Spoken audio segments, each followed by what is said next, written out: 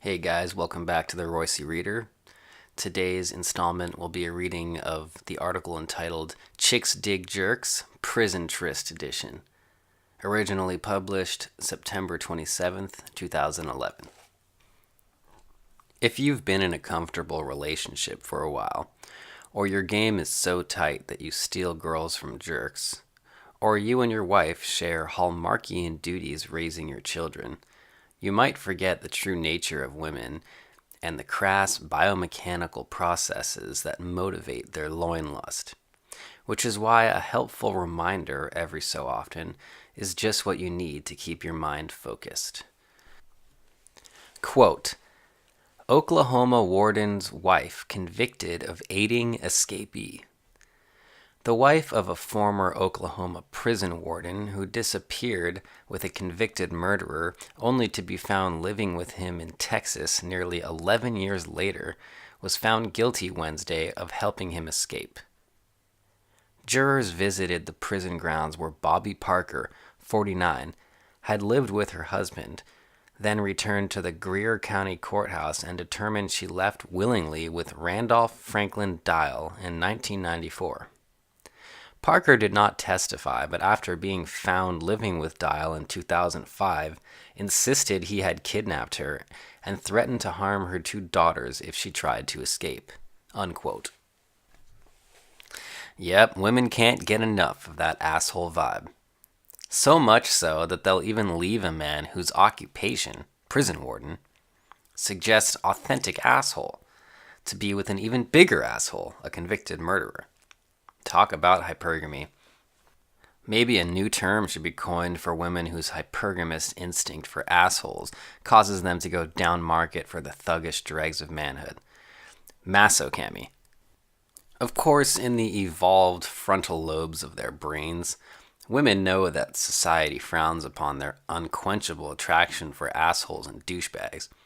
So when they are caught out in the act of fulfilling their fantasies, they revert to standby female moral expedience by doing what they do best, laying the blame with the man.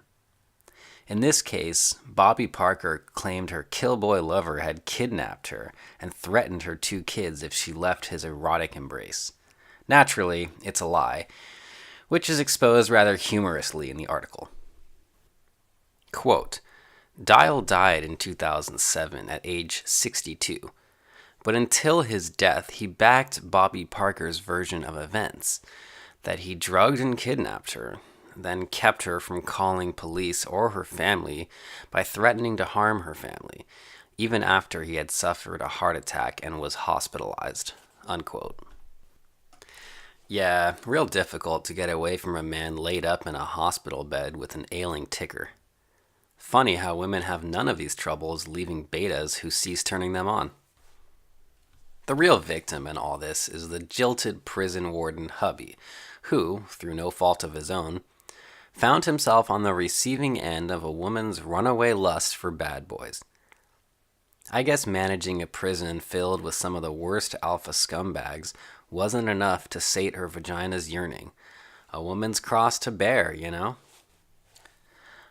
Unlike the specious claims made by feminists and their beta suck-ups, you will very rarely see the gender opposite happen in real life.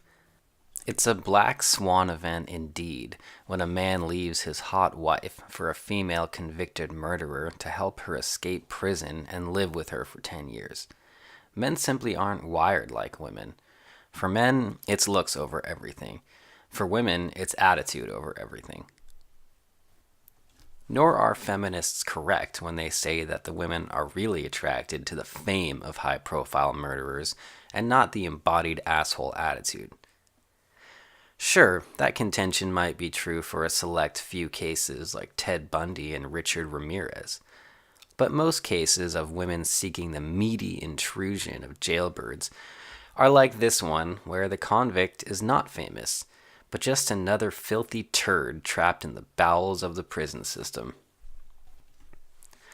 As any person involved in the legal system will tell you, the stereotype of women-loving inmates is so common that hardly anyone notices anymore.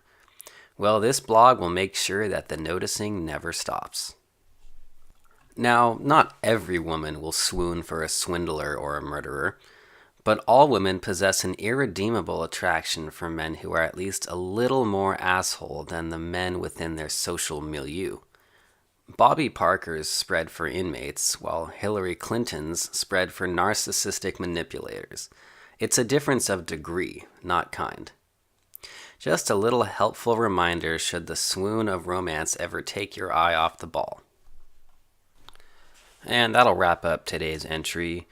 This has been the Roissy Reader with the first installment of the Chicks Dig Jerks series. As always, thank you for tuning in, and until next time.